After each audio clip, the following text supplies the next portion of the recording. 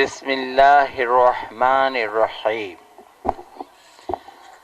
ان اللہ اشترى من المؤمنین انفسهم واموالهم بان لهم الجنہ یقاتلون فی سبیل اللہ فیقتلون ویقتلون وعدا علیہ حقا فی التوراة والانجیل والقرآن ومن اوفى بعهده من الله فاستبشروا ببيعكم الذي بايعتم به وذلك هو الفوز العظيم التائبون العابدون الحامدون السائحون الراكعون الساجدون الآمرون بالمعروف والناهون عن المنكر والحافظون لحدود اللہ وبشر المؤمنین ما كان للنبي والذين آمنوا أن يستغفروا للمشركين ولو كانوا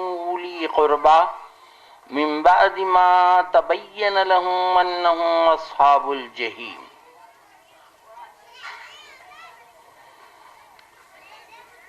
قابل احترام بزرگوں،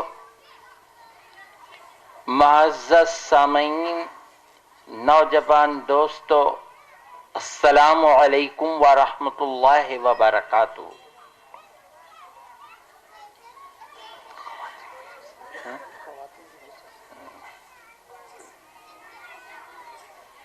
اور ہماری معزز خواتین، مائیں، بہنوں اور بیٹیوں، اس وقت قرآن حکیم کا کیا پیغام ہے، اس کی روشنی میں کچھ باتوں پر غور کرنا ہے.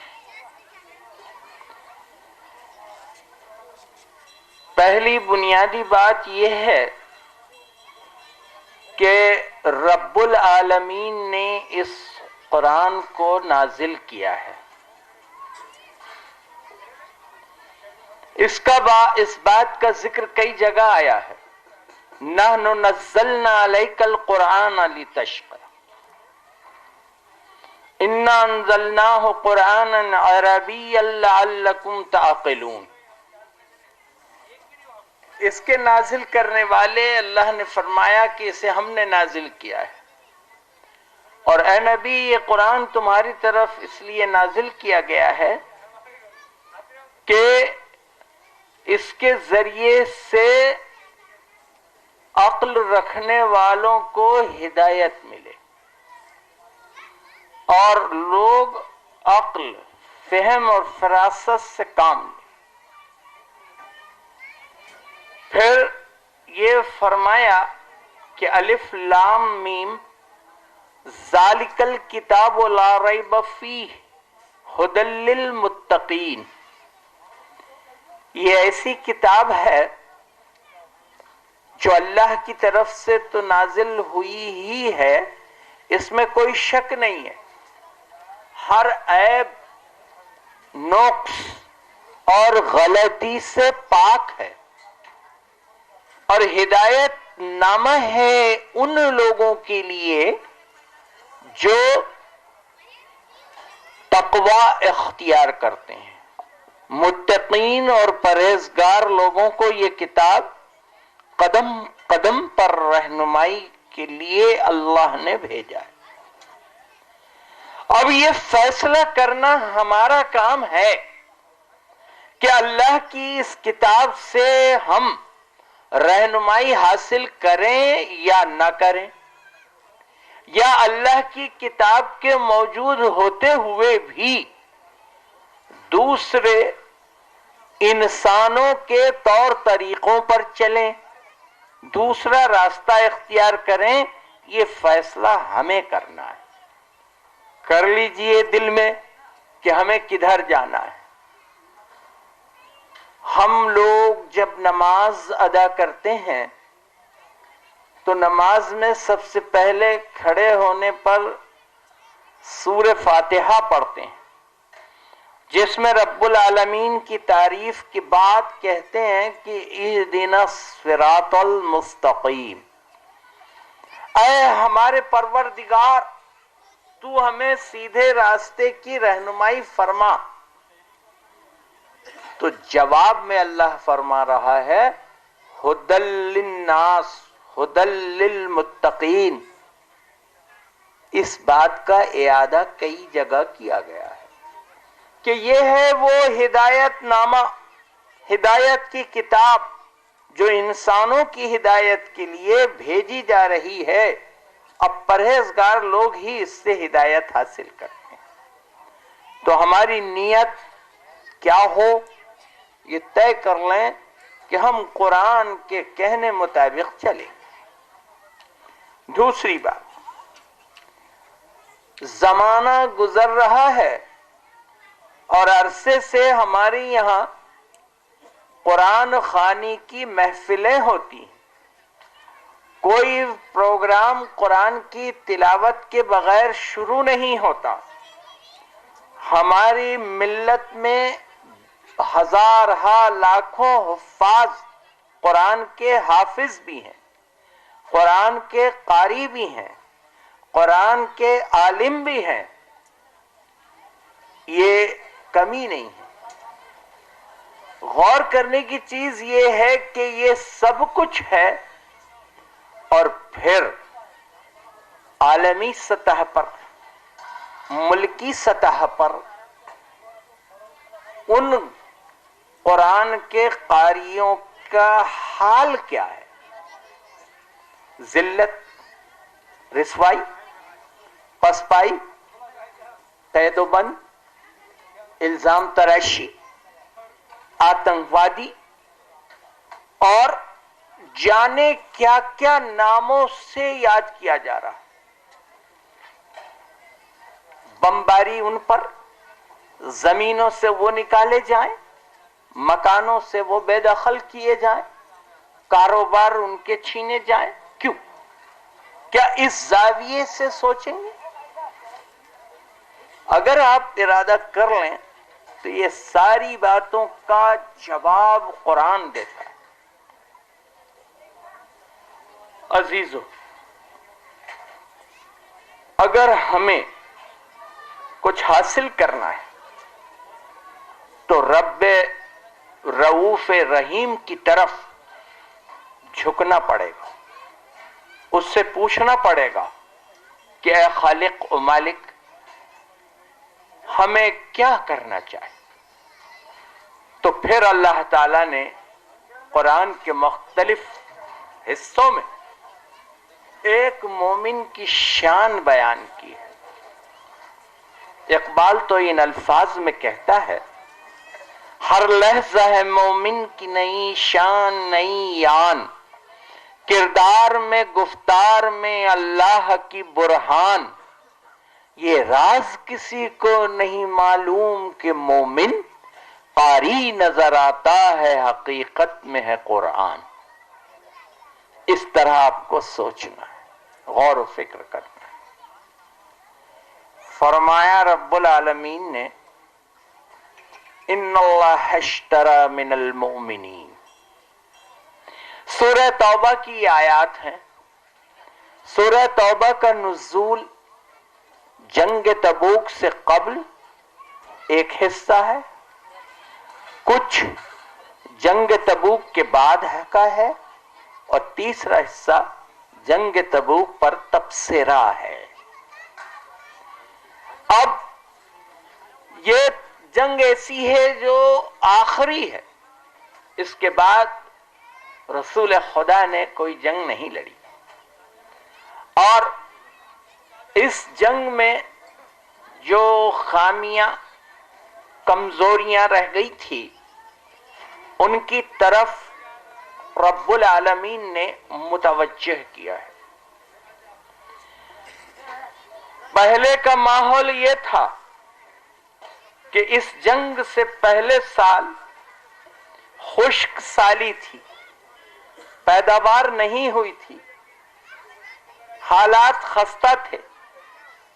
مدینے کی سوسائٹی، معاشی طور پر تنگ دست تھی اور جو نظام مملکت چل رہا تھا اس کا بجٹ بھی کمزور ہو گیا تھا.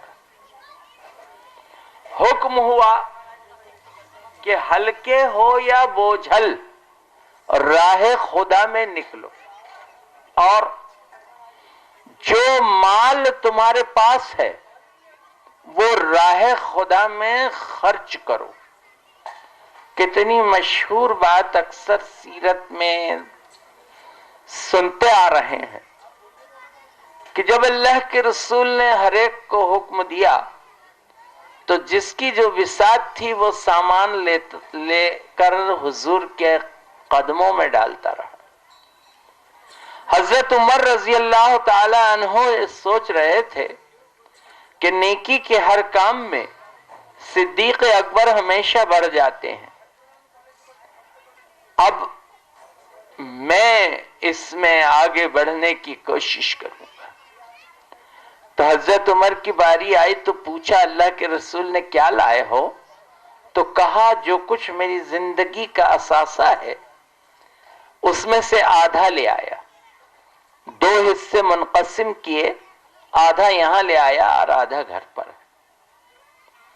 اور جب باری آئی صدیق اکبر کی کہ ان سے پوچھا آپ کیا لائے ہو، تو کہا میری زندگی کا جو کچھ اثاثہ ہے وہ سب کچھ لے آیا.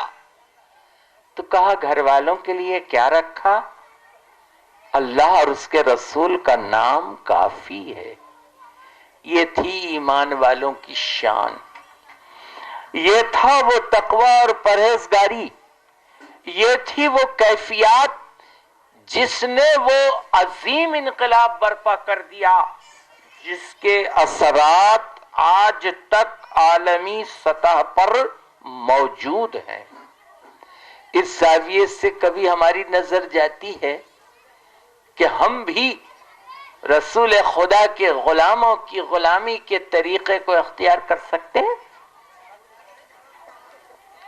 آج رخ یہ ہے کہ زیادہ سے زیادہ تعیش کا سامان فراہم کرنے کی سعی و جہد میں لگے ہوئے ہیں. دینی اجتماعات، دینی تقاضے اور دین کی بنیادوں کا کیا ہو رہا ہے اس کی فکر کم ہوتی جا رہی ہے. ہمارے پاس رہنے کا بہترین گھر، استعمال کے لیے بہترین سامان، عیش کے لیے پنکھے، فریج، کولر وغیرہ، سواری کے لیے اسکوٹر، کاریں وغیرہ، اس کی فراہمی میں سعی و جہد میں لگے ہوئے ہیں. تو مومن کی شان اور صفت قرآن جو ذکر کر رہا ہے وہ کیسی ہے؟ ایک تو یہ کہ جب تم آخرت کی کامیابی کے لیے سعی و جہد کرو گے تو دنیا کی جو لذتیں ہیں یہ عارضی ہیں، وہ بھی تمہیں ملے گی. وَأُخْرَى تُحِبُّونَ، اور وہ چیز بھی اللہ تمہیں دے گا. تو صحابہ کرام کو وہ چیزیں ملی کب؟ جب انہوں نے اپنا جان و مال سرمایہ راہ خدا میں لگا دیا. تو اللہ نے کہا حقیقت یہ ہے ان اللہ اشترى من المؤمنین انفسهم، حقیقت یہ ہے کہ اہل ایمان نے اللہ کے پاس، اللہ کے ہاتھ جن لوگوں نے اپنا جان اور اپنا مال فروخت کر دیا ہے، بیچ دیا ہے، ان اللہ اشترى من المؤمنین انفسهم واموالهم بان لهم الجنہ، جنت کے عوض. اب اللہ نے یہ مومنین کا مال خرید لیا اور اس کے بدلے میں کیا دیا؟ جنت. جنت وہ اعلی مقام ہے جو ایک ایمان والے کی خواہش، منتہائے منزل ہے، اور وہی اس کا اصل ٹھکانہ ہے. اور اسی کی فکر اسے کرنا ہے. تو جنت کی خواہش یہ مومن کی صفت، جنت کی طلب یہ مومن کی آرزو، جنت میں قیام یہ مومن کو مقصود. صحابہ کرام رضوان اللہ تعالی علیہم اجمعین میں یہی جذبہ تھا. ان اللہ اشتری من المؤمنین انفسهم واموالهم بان لهم الجنہ. اب وہ راستے کون کون سے ہیں، وہ گھاٹیاں کون کون سی ہے جو جنت تک پہنچاتی ہے؟ تو فرمایا یقاتلون فی سبیل اللہ فیقتلون ویقتلون. وہ راہ خدا میں لڑتے ہیں، مارتے ہیں اور مرتے ہیں.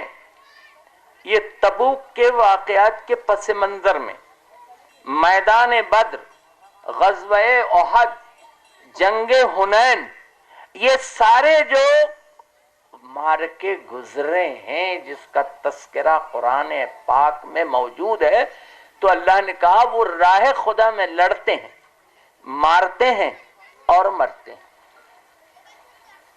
فی زمانہ جان بڑی پیاری ہے. صفت مومن یہ بتائی گئی کہ وہ راہ خدا میں لڑتے ہیں. یہ دنیا کی زندگی بہت محدود ہے.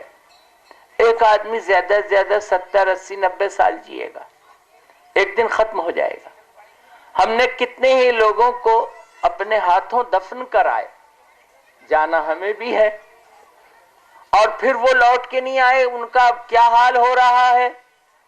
اس بات پر سوچنا تو راہ خدا کا پہلا راستہ. اور پھر اللہ کہتا ہے وَمَنْ أَوْفَى بِعَهْدِهِ مِنَ اللَّهِ فَاسْتَبْشِرُوا بِبَيْعِكُمُ الَّذِي بَايَعْتُمْ بِهِ وَذَلِكَ هُوَ الْفَوْزُ الْعَظِيمُ. بس اے اہل ایمان تم خوشیاں مناؤ اس سودے پر جو تم نے اپنے رب سے چکا لیا ہے. اللہ کا وعدہ سچا ہے اور وہ جنتی ہوں گے. اب صفات کا جہاں تک تعلق ہے، اب پھر ترتیب سے اللہ تعالیٰ بیان کر رہا ہے کہ مومنین وہ ہیں التائبون، توبہ کرنے والے، بار بار پلٹنے والے.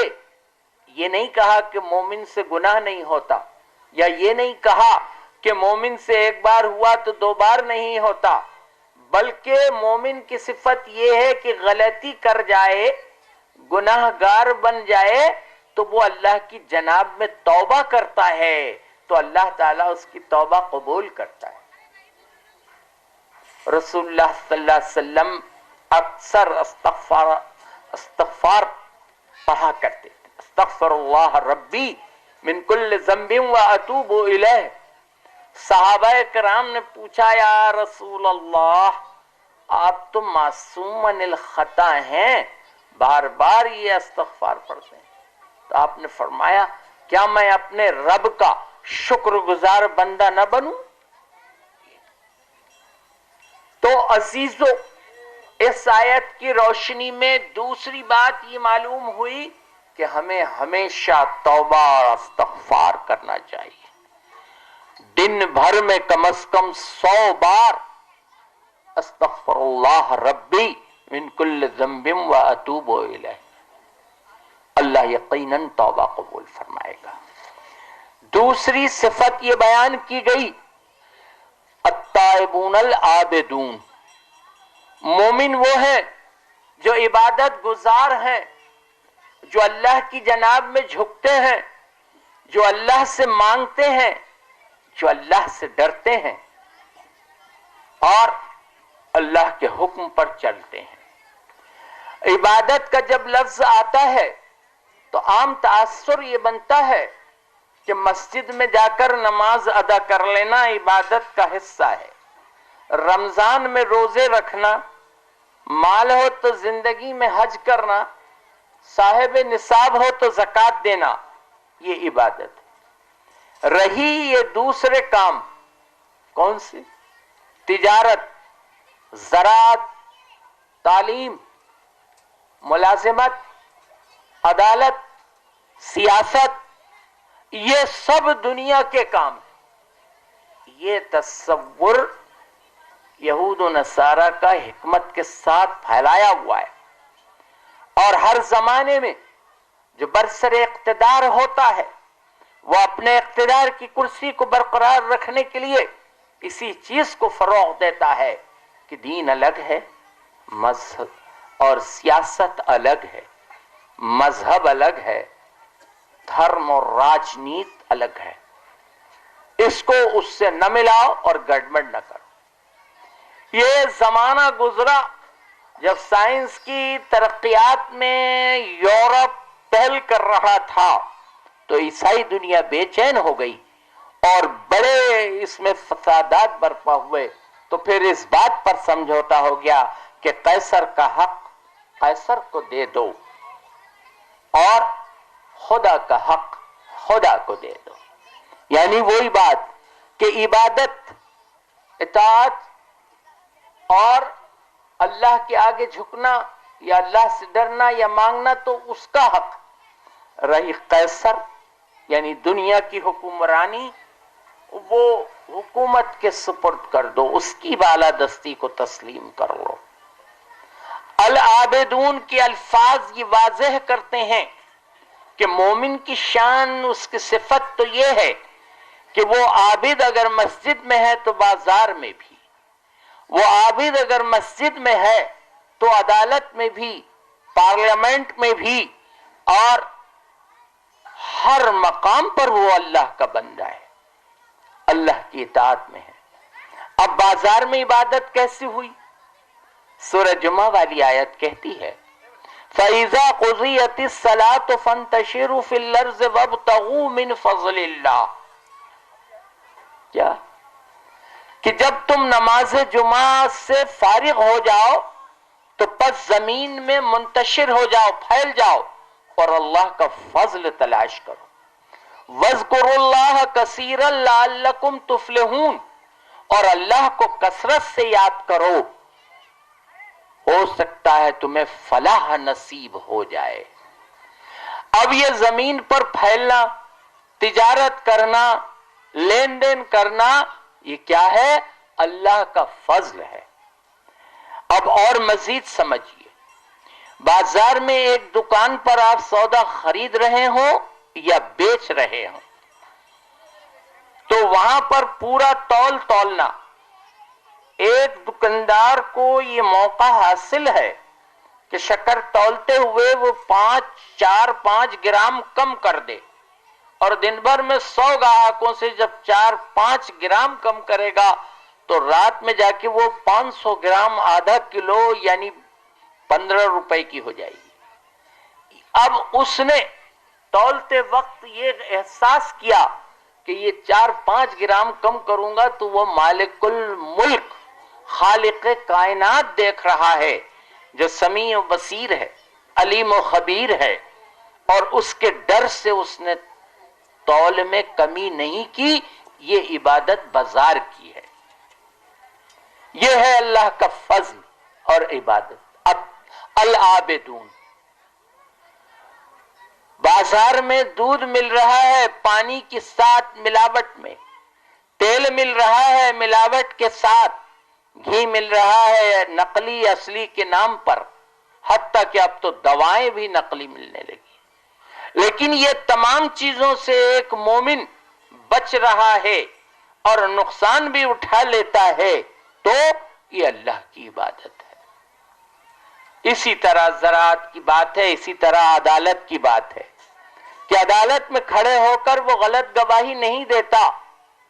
کسی کا طلاق ہو جائے، اگرچہ وہ غلط ہے یا صحیح ہے، لیکن وہ جہیز کا جھوٹا دعویٰ، غلط الزامات نہیں لگاتا اگر وہ مومن ہے، اور لگایا ہے تو وہ غلط گواہی نہیں دیتا۔ کونوا قوامین شہداء بالقسط ولو علی انفسکم، اللہ نے کہا تم حق کے علمبردار بن جاؤ، اور اگر تم کو سچی گواہی دینے پر اس کی ذات تمہاری ذات پر، تمہارے والدین پر، تمہارے رشتہ داروں پر پڑتی ہو تو پڑے، لیکن بات حق کہو۔ یہ اللہ کی عبادت ہے۔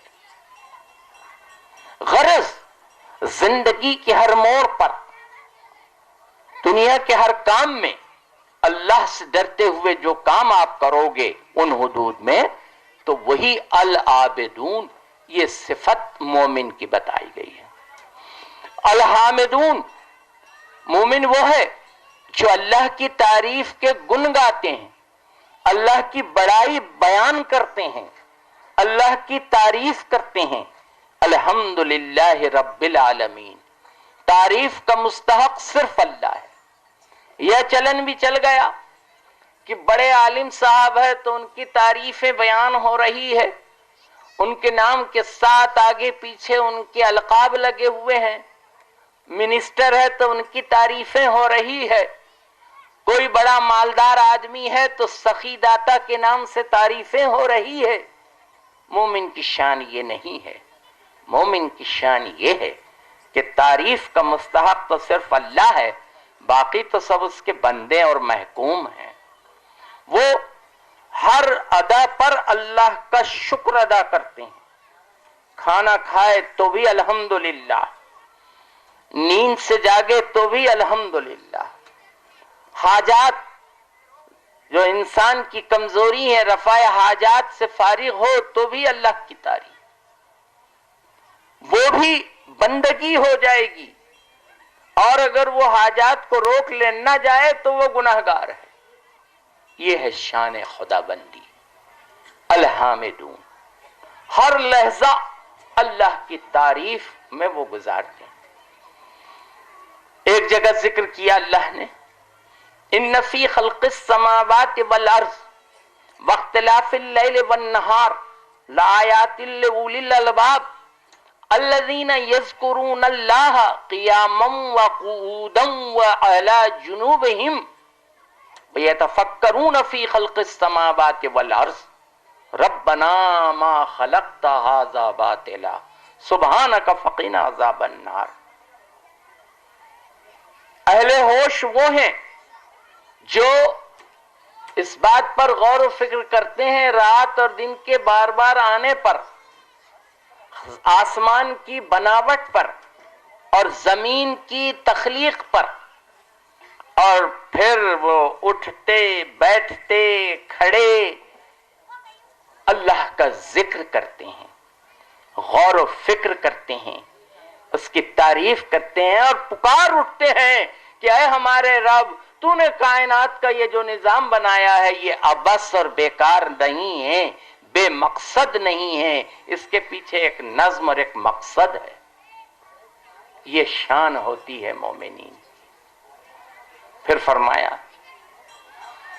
السائحون، سیاحت کرنے والے، گردش کرنے والے، یعنی راہ خدا میں چلنے کے جو طریقے ہیں، دعوت دین کا پیغام لے کر سفر کرنا، جائز تجارت کے لیے سفر کرنا، حج بیت اللہ کے لیے سفر کرنا، اور خدا کی شان کریمی اور اس کے مختلف یہ جو ہے، جیسا کہ اگر میں یوں کہوں کہ آج چاند پر انسان کمندے ڈال رہا ہے، زمین کی تہوں سے وہ معدنیات اور وہ مادے نکال رہا ہے، گیس کی شکل میں ہو، کوئلے کی شکل میں ہو، معدنیات میں تانبا ہو، پیتل ہو، باکسائڈ ہو، کچھ بھی ہو، اور سمندروں کے اندر غوطہ زن ہونا، اور وہ مونگا اور موتی کا جو ذکر سورہ رحمان میں آیا، ان تمام چیزوں کی جب وہ تحقیق اور ریسرچ کرتا ہے، اس کے لیے گویا اس نے سیاحت کی ہو، یہ شان بتائی جا رہی ہے ان خدا کے بندوں کی جو اس پر ایمان رکھتے ہیں۔ پھر فرمایا الراکعون الساجدون، یہ سب کرتے ہیں، وہ تجارت کریں، وہ کھیتی کریں، وہ سائنس کی تحقیقات کریں، وہ سفر کریں، تو سب چیزوں کو، نعمتوں کو اور قدرت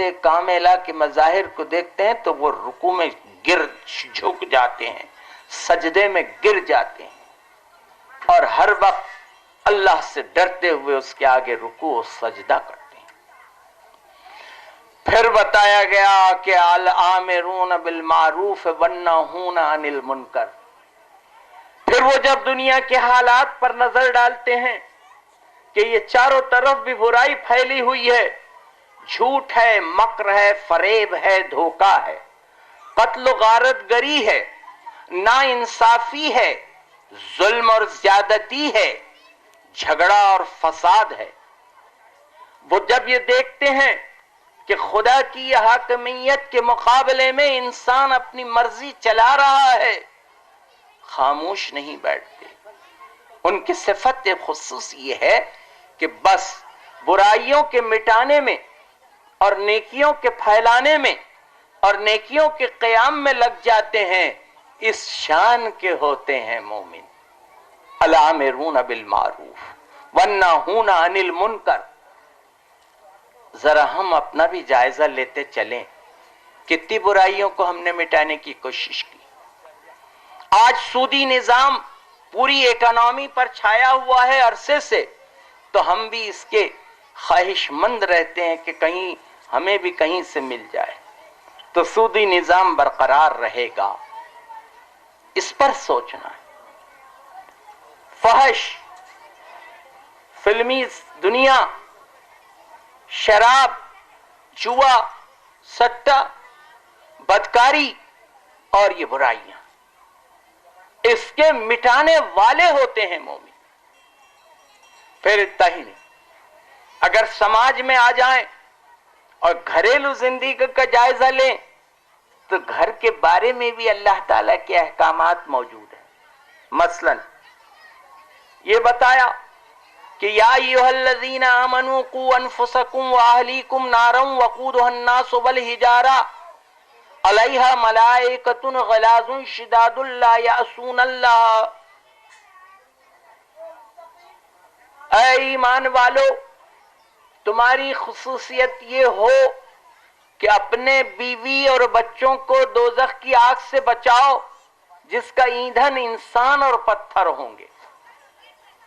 اب ایک خاندان کی زندگی نیا رشتہ ازدواج سے شروع ہوتی ہے تو مومنین کے لیے کیا بتایا گیا؟ پہلی صفت یہ کہ الرجال قوامون علی النساء بما فضل اللہ بعضهم علی بعض وبما انفقوا من اموالهم فالصالحات قانتات حافظات للغیب بما حفظ اللہ. سورہ نساء بتا رہی ہے کہ مرد کو عورتوں پر قوام بنایا، ایک کو دوسرے پر فضیلت اگر دی ہے تو مرد کا کام ہے کہ وہ کما کر لائے اور اپنے اہل خانہ پر خرچ کرے، اور بیوی کے لیے کہا گیا کہ وہ شوہر کی ان حدود میں اطاعت کرے اور اس کی غیر موجودگی میں اس کے گھر، اس کے بستر اور اس کی تمام چیزوں کی حفاظت کرے. اس کو گھر کی ملکہ، گھر کی نگراں بنایا تو مرد کی ذمہ داری یہ دی. اس مختصر وقت میں مزید اس کی تفصیلات میں ابھی نہیں جاتے، لیکن ماں اور بہنوں سے یہ درخواست ضرور کر سکتے ہیں کہ قرآن کی یہ سورہ نساء بالخصوص، جس کا نام ہی سورہ عورت ہے، بغور آپ زبانی بھی یاد کر لیں اور ترجمے سے بھی پڑھیں اور ایک ایک آیت پر ٹھہر کر اس کا جائزہ لیں کہ یہ خوبی، یہ کمال اور یہ بات میرے اندر ہے یا نہیں. اللہ نے یہ فرمایا کہ وَآتُوا النِّسَاءَ صَدُقَاتِهِنَّ نِحْلًا، اپنے بیویوں کے مہر خوش دلی سے ادا کرو. تو کتنے مرد ہیں جنہوں نے مہر ادا کر دیا ہے اور کتنی خواتین ہیں جنہوں نے اپنا مہر طلب کر کے اپنے شوہر کو آخرت کے عذاب سے بچا لیا ہے. اب یہ اس کی بھی تفصیل ہے، اسی میں آپ ملاحظہ فرما سکتی ہیں. مہر حق ہے. باپ کی جائیداد میں بیٹی کا بھی حق ہے، بھائی کی جائیداد میں بہن کا بھی ہے، ماں کا بھی حق ہے. شوہر کے گزرنے کے بعد بیوی کا 1/6 حصہ ہے اور بہنوں کا حصہ، 2 بہنوں کا حصہ 1 بھائی کے برابر ہے. اب یہ صفات جو بیان کی جا رہی ہیں معاشرے کے اندر، آج ہمارا معاشرہ اس سے دور ہے، خالی ہے، تو پھر کیوں نہ رحمت خداوندی روٹھے گی؟ پھر کیوں نہ وہ عذاب کی شکلوں میں مختلف مقامات پر اور آتی رہے گی. اگر اس کا ہم جائزہ کر لیں اور اصلاح کی طرف آ جائیں، جو کہا گیا ہے کہ الامرون بالمعروف، کہ معروف کو پھیلاؤ اور منکر کو مٹاؤ. معاشرے کے اندر کتنی گندگیاں ہیں. قرآن نے یہ کہا کہ انما المؤمنون اخوہ فاصلحوا بین اخویکم واتقوا اللہ لعلکم ترحمون. تمام اہل ایمان، مرد ہیں تو مرد اور عورتیں ہیں تو عورتیں، آپس میں بھائی بھائی ہیں، بہنیں بہنیں. بس انہیں چاہیے کہ وہ اپنے تعلقات کی اصلاح کر لیں اللہ سے ڈرتے ہوئے، تو رحمت خداوندی کا نزول ہوگا. اس آیت کی روشنی میں دل یہ سمجھنے میں دیر نہیں کرتا کہ ہمارے چونکہ باہمی تعلقات خراب ہیں، بھائی بھائی کے خراب ہیں، پڑوسی پڑوسی کے خراب ہیں، میاں بیوی کے بھی خراب ہو جاتے ہیں، ماں باپ کے بھی ہو جاتے ہیں، اور جماعتوں میں بھی تعلقات خراب ہیں، ایک کو دوسرے کو نیچے گرانے کی کوششیں ہوتی رہتی ہے، تو پھر رحمت خداوندی روٹ گئی. یہ حکم دینا ہے معروف کا کہ یہ بگاڑ ختم ہو.